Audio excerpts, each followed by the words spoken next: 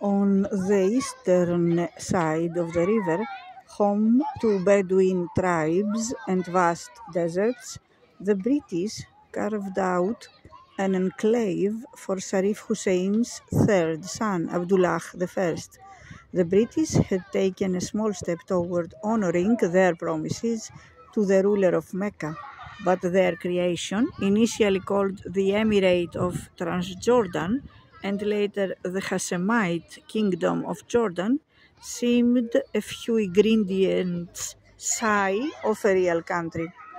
No historical precedent existed for such a country, nor was there anything resembling a national identity among the scattering of tribes who lived in the region.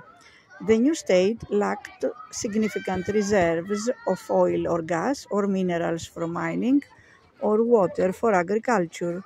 Even its emir, Abdullah, had been imported from abroad.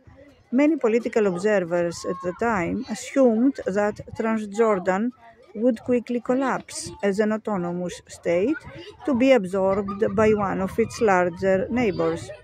The first serious threat came from the Ikhwan hordes who invaded the country in the 1920s and were finally dispatched by Saudi intervention.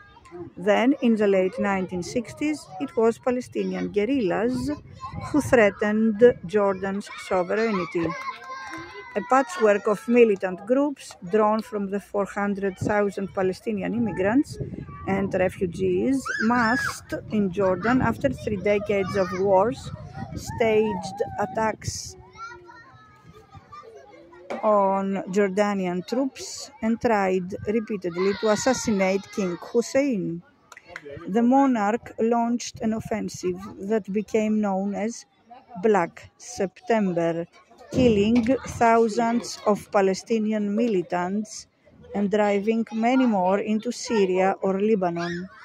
Heavy clashes spilled into the largely Palestinian town of Zarqa, where the man who would become known as Abu Musab al-Zarqawi was then a boy of 4 years.